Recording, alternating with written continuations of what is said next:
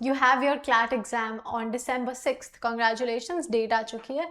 अब आपको exact date पता है, दो एक्सपेक्टेड भी था कि 6th को होगा, right, first Sunday of December। So date अब आ चुकी है, तो अच्छे से पढ़ाई करना शुरू करो, अपनी अपनी जो प्रैक्टिस है, जो प्रिपरेशन है, उसको एक्सेलरेट कर दो अब, ठीक है। So today in this RC session, this is RC session 2, इसमें हम ना कुछ डिफरेंट टाइप के क्वेश्चंस करेंगे। एक्सपेक्टेड होते हैं कि कुछ भी आ सकता है, राइट। सो कुछ क्वेश्चंस हम सॉल्व करेंगे जिसमें आपको ध्यान देना है कि इस टाइप का क्वेश्चन भी आ सकता है, तो इस टाइप का क्वेश्चन आ जाए तो मुझे क्या करना है, ठीक है। That is specifically question number 2 जिसपे हमें ध्यान देना है, ठीक है। So let's just begin. Hi everyone, this is Jyoti Bhardwaj, welcome back to 12 minutes to CLAT, and let's begin with the session. So just take screenshots of it, right, and read the passage first, ठीक है। Pause करते करते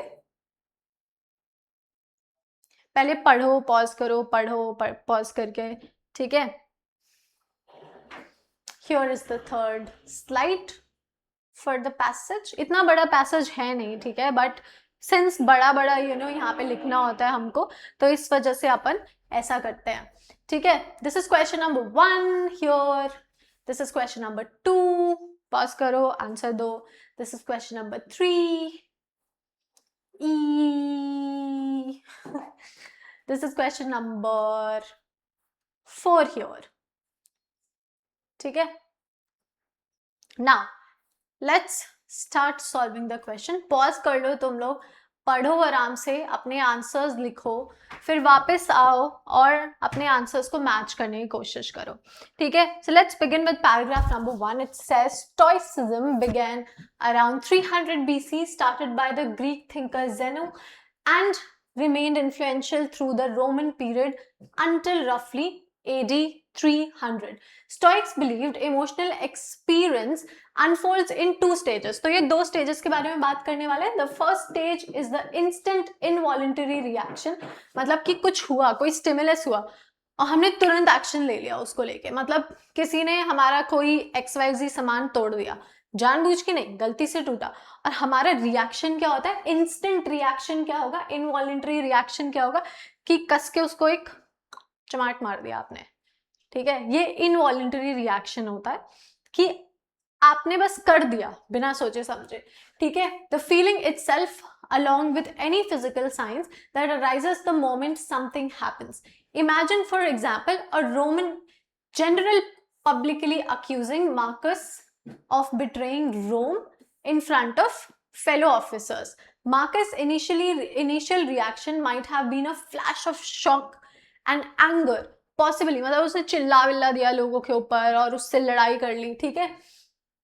सो ये हो सकता है possibly showing up physically as reddened cheeks or a shift in his expression. So जैसे ही मेरा XYZ सामान किसी ने तोड़ा, मेरा फेस रेड हो गया, मुझे बहुत गुस्सा आ रहा है और फिर मैंने उसको धर भी दिया एक, और सो ये मेरा इंस्टेंट रिएक्शन था। ये फर्स्ट स्टेज था, ठीक है। किसका हमारे इमोशनल एक्सपीरियंसेस का। This was the first stage, ठीक है।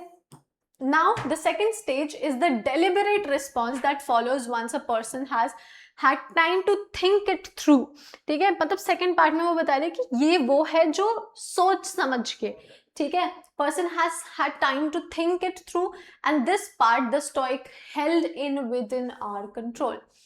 The Stoics held is within our control.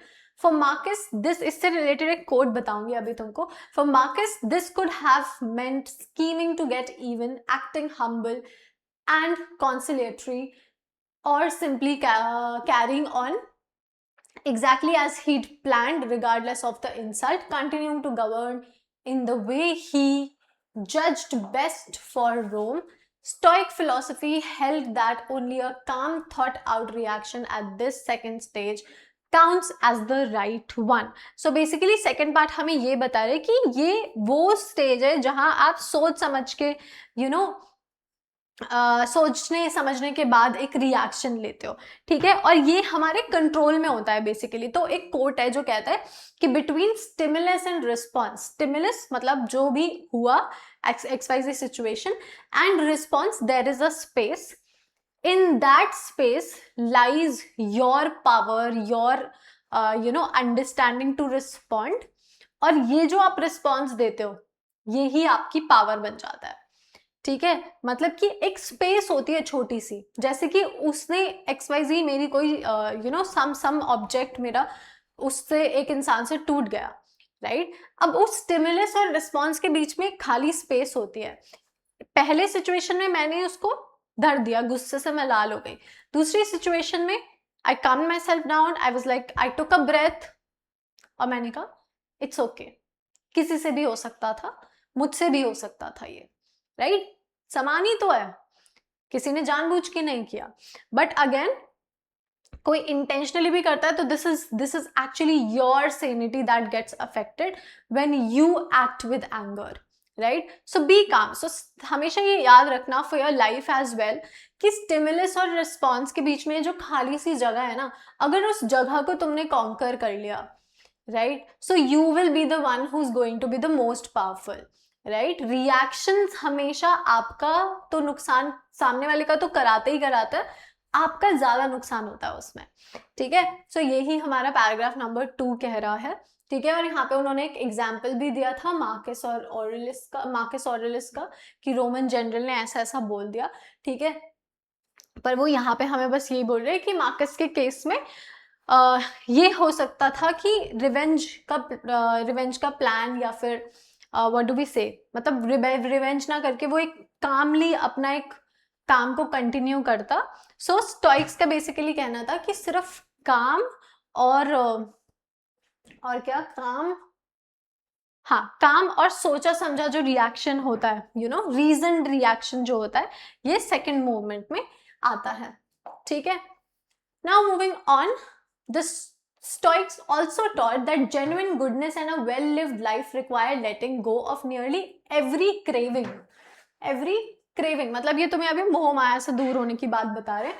Whether for wealth, influence or sexual access, before reacting in that second stage, one should reflect on what truly matters. Not money, status or overindulgence, but rather integrity, sound judgment and compassion. So basically stoics यहाँ मानते हैं, वो जो उनका जो belief है वो यहाँ पे बता रहे हैं कि इंसान बनने के लिए पैसा, पावर और सेक्सुअल प्लेजर का एक्सेसिव जो लालच है वो हमें एक्चुअली में छोड़ना पड़ेगा.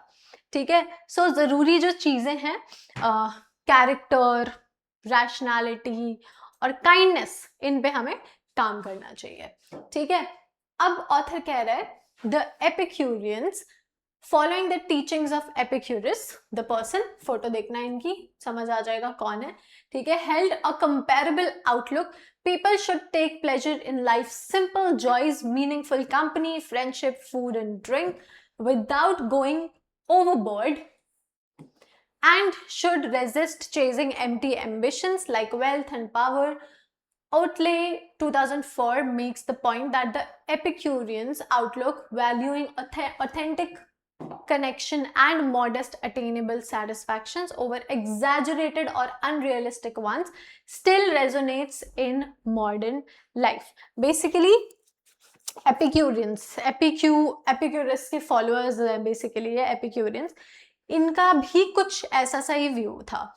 ठीक है, कि वो कहते थे कि सिंपल प्लेजर मतलब दोस्ती, अच्छा खाना पीना, ये सब जो है ये एंजॉय करने के लिए है, you have to enjoy that, right. और लेकिन इंडल्जेंट मतलब ज्यादा नहीं होना चाहिए कुछ भी. सो पावर और पैसे के लिए ये जो सब है, इस सबको पीछे छोड़ना होगा. You will have to leave it behind, और उसके पीछे भागने को दे यूज्ड टू थिंक कि ये गलत है. ठीक है, now moving on, the author says overall these Greek and Roman thinkers regarded intense emotion as something potentially risky, needing to be kept in check. मतलब कि वो सोचते थे कि ये जो दोनों फिलोसोफर्स हैं हमारे, ये जो एपिक्यूरियंस हैं और स्टोइक्स हैं, ये दोनों सोचते थे कि इमोशंस, स्पेशली जो स्ट्रॉन्ग इमोशंस होते हैं, उनको वो डेंजरस मानते थे. ठीक है, कि आपको इनको कंट्रोल में रखना जरूरी है, right? Then they says that Otley 2004 also draws a parallel between Stoic thought and Buddhist philosophy.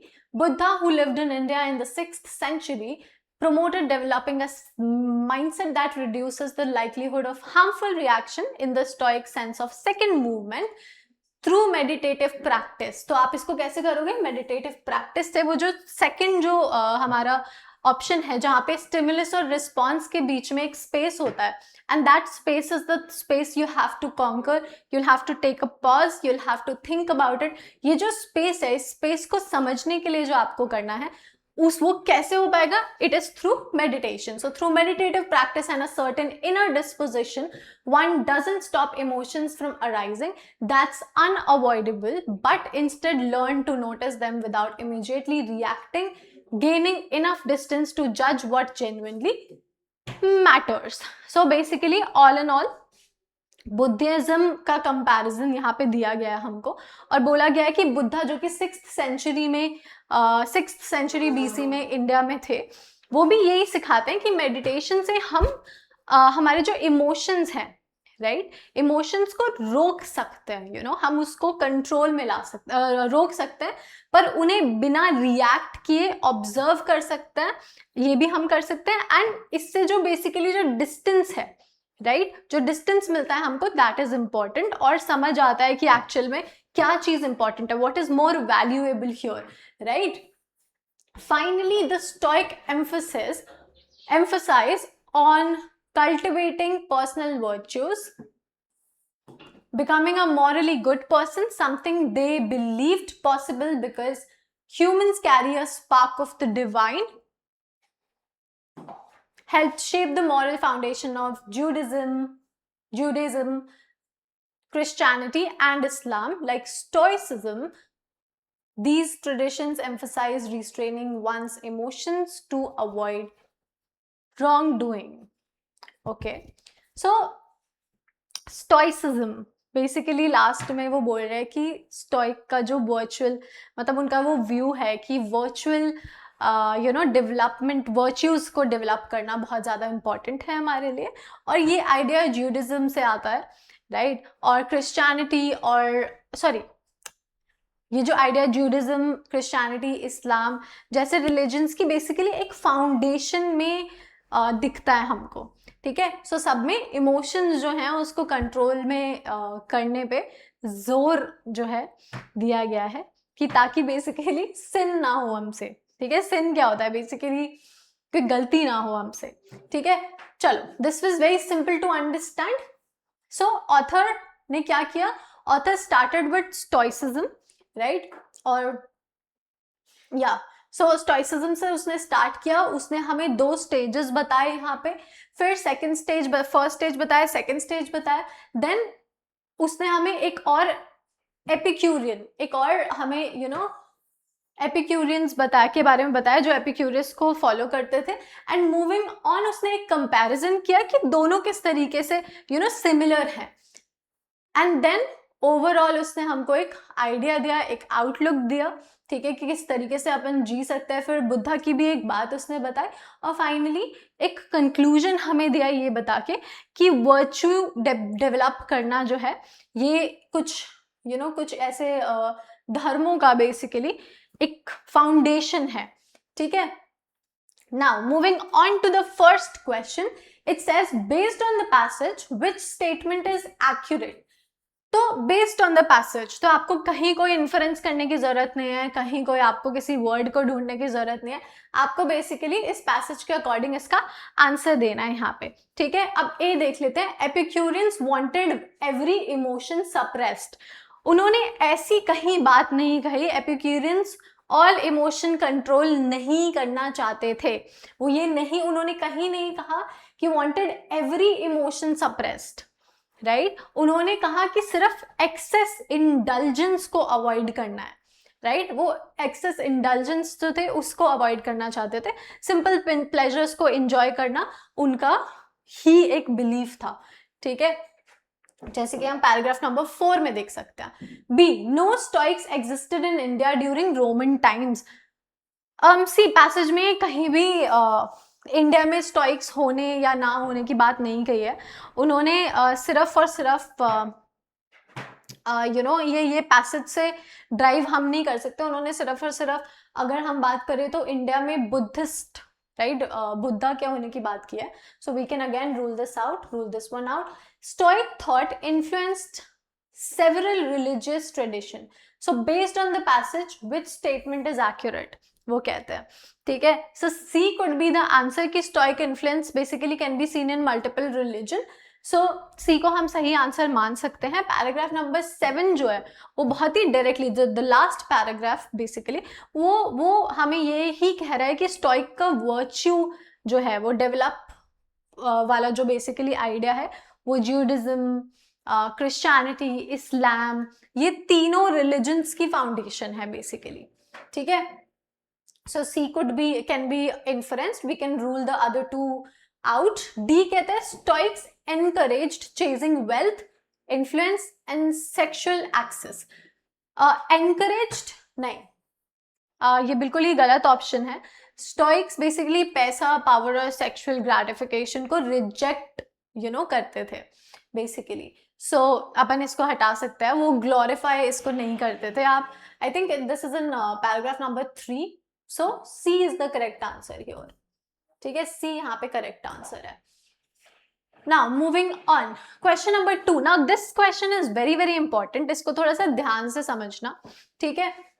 Which of the following statements, if false, could be seen as contradicting the facts arguments in the passage? तो अगर आप इसको false करके देखोगे और contradicting वाला fact देखोगे, इस question को solve करने के दो तरीके हैं।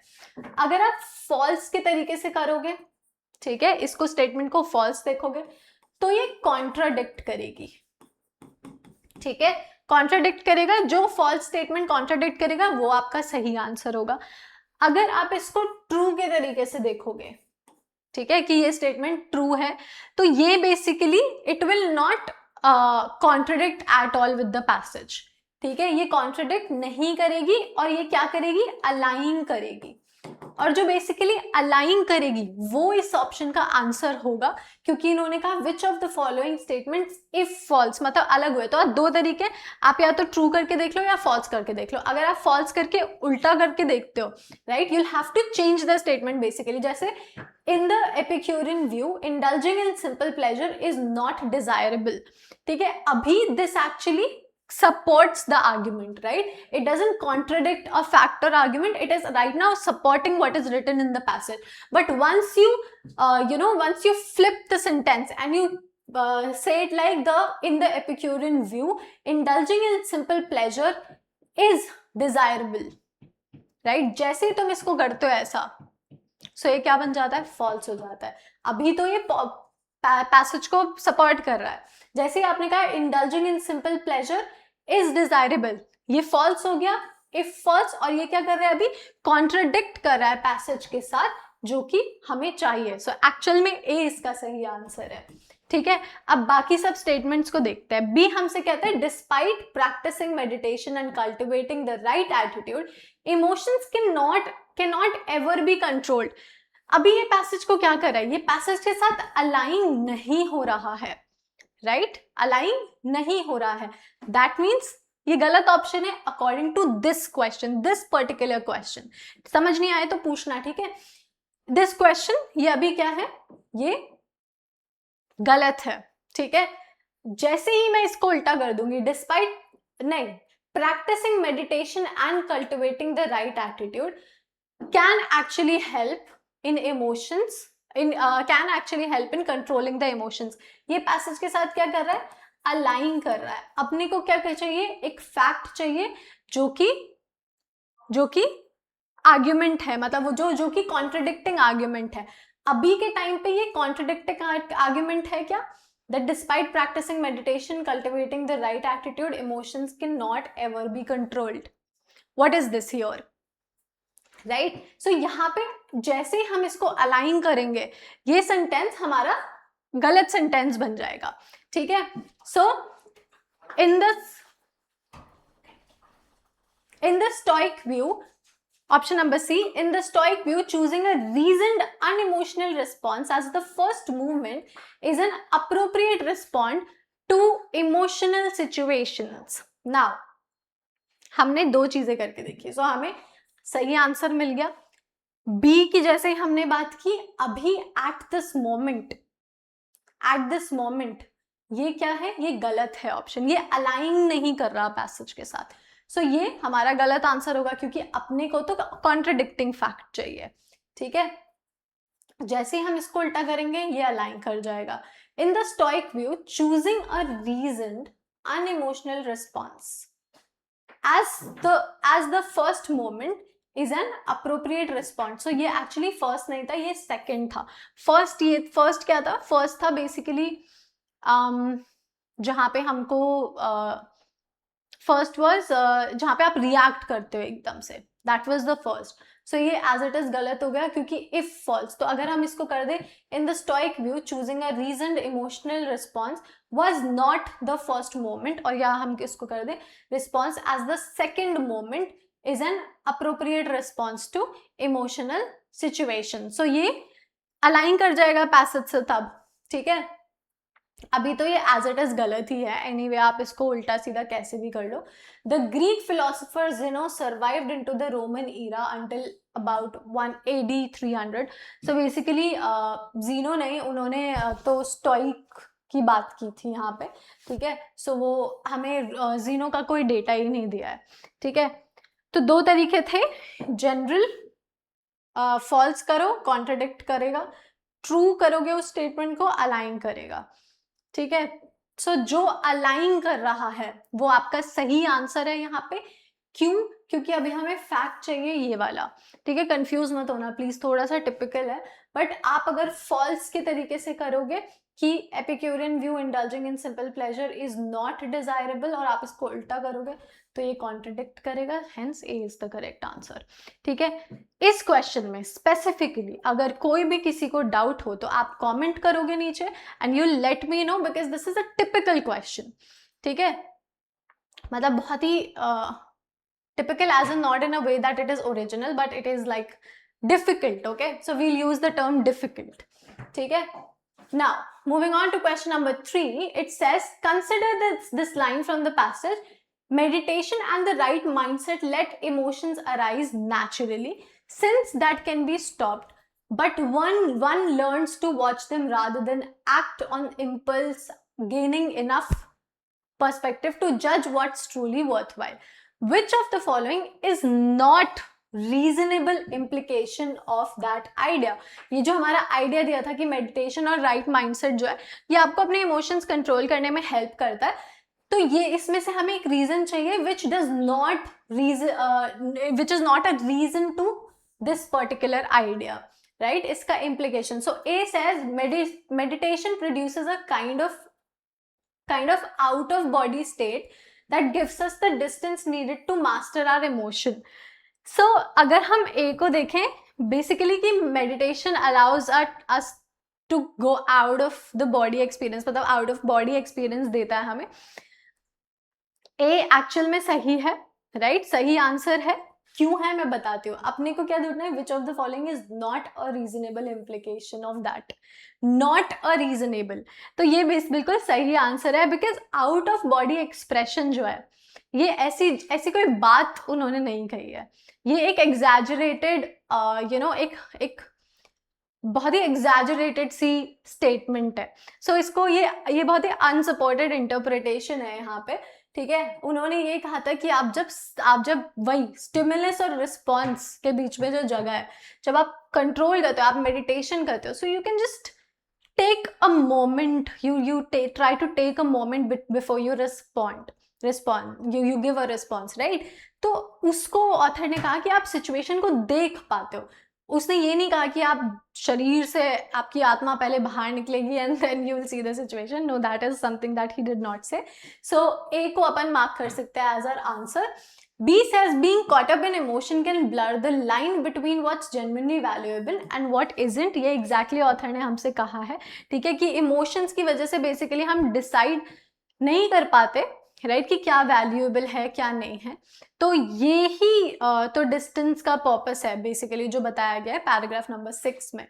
सो this is the wrong answer here, actual में सपोर्ट करता है, बट हमें क्या ढूंढना है, which of the following is not a reasonable. सो ये रीजनेबल है। Watching one's emotion from a distance is the same as second movement described earlier.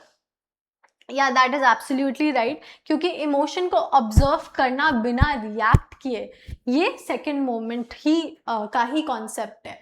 So this is also the incorrect option. क्यों? क्योंकि ये रीजनेबल इम्प्लीकेशन है। The kinds of meditation and right attitude starts with passively receiving what ever experience comes. So meditation and right attitude starts with receiving what ever experience comes. Meditation का मतलब है पहले emotions को passively होने देना, right, accept करना। बहुत लोग कहते हैं कि मेडिटेशन में बैठो तो आपको थॉट्स नहीं आने चाहिए। No, that's not wrong, that's not right, that is absolutely incorrect. Just let it come and let it go, right. फिर उन्हें ऑब्जर्व करो, राइट, जैसे कोर्ट में ऑथर ने लिखा ही है। सो this is also the wrong answer. क्यों? क्योंकि ये रीजनेबल इम्प्लीकेशन है, अपन को नॉट अ रीजनेबल इम्प्लीकेशन देखना है। सी, ये बहुत इंपॉर्टेंट चीजें होती हैं किसी भी क्वेश्चन के लिए, ठीक है, ये बहुत ही इंपॉर्टेंट है। क्योंकि क्या होता है ना, हम सोचने लगते हैं कि हाँ यार ये तो सही है, ये तो ऑथर ने पैराग्राफ में दिया है तो यही आंसर होगा, और हम मार्क कर देते हैं बिना देखे। That is something you will have to avoid, ठीक है, completely. Now moving on, here is question number 4, which says which of the following is a reasonable conclusion drawn from the Marcus Aurelius example। क्या conclusion था वो हमें देखना है। A कहते हैं Marcus Aurelius felt humiliated by being accused of treason before his fellow officers. C, A एक गलत आंसर है, क्योंकि पैसेज ने ये कंफर्म नहीं किया कभी भी कि वो एक्चुअली ह्यूमिलेट हुआ या नहीं हुआ। उन्होंने कहा फॉर एग्जाम्पल, तो उन्होंने एक एग्जाम्पल देके एक हाइपोथेटिकल सिचुएशन, एक हाइपोथेटिकल एग्जाम्पल उन्होंने दिया था और हमें बताया था। So A can not be the answer. Marcus Aurelius held a leadership position in the Roman military, ये हमारा सही आंसर हो सकता है, ठीक है, क्योंकि एग्जाम्पल में बताया गया है कि आर्मी जर्नल जो थे, जनरल जो थे, उन्होंने मार्कस पे ऑफिसर्स के सामने एक्यूजेशन लगाया। सो इन कॉन्टेक्स्ट से हम थोड़ा सा इन्फर कर सकते हैं कि मार्कस खुद रोमन आर्मी का एक लीडर या फिर सीनियर फिगर था, ठीक है। सो इसको हम मार्क कर लेते हैं, स्टैंड बाय पे रखेंगे। Marcus practiced stoicism, a philosophy that carried on into Roman times. तो ये तो बिल्कुल ही गलत हो गया। ये पैसेज डायरेक्टली, एक तो पैसेज ने बताया नहीं है कि मार्कस खुद स्टोइक था या नहीं था, उन्होंने सिर्फ एक एग्जाम्पल दिया, उसको सिर्फ एक एक इमोशन समझाने के लिए बस एक एग्जाम्पल के रूप में प्रेजेंट किया गया था। सो अपन इसको रूल आउट कर सकते हैं। Marcus sought revenge as a form of justice. Again passage ने ऐसा कभी भी नहीं कहा। पैसेज तो बेसिकली रिवेंज वाला जो है ये एक पॉसिबल एग्जाम्पल, अगेन एक ऑप्शन था, राइट, कि माइट हैव इंक्लूडेड, राइट, ये कंफर्म नहीं करता कि उसने एक्चुअली रिवेंज प्लॉट किया था या कुछ भी ऐसा। ये सिर्फ अगेन एक हाइपोथेटिकल पॉसिबिलिटी थी। सो डी को भी अपन रूल आउट कर सकते हैं, hence B is the correct answer. That's it. If you have any questions, any doubts, just let me know. Especially for question number 2, I would like to say again, अगर कोई भी doubt हो, कुछ भी question हो, just let me know once. ठीक है? That's it. Bye bye. Oh wait.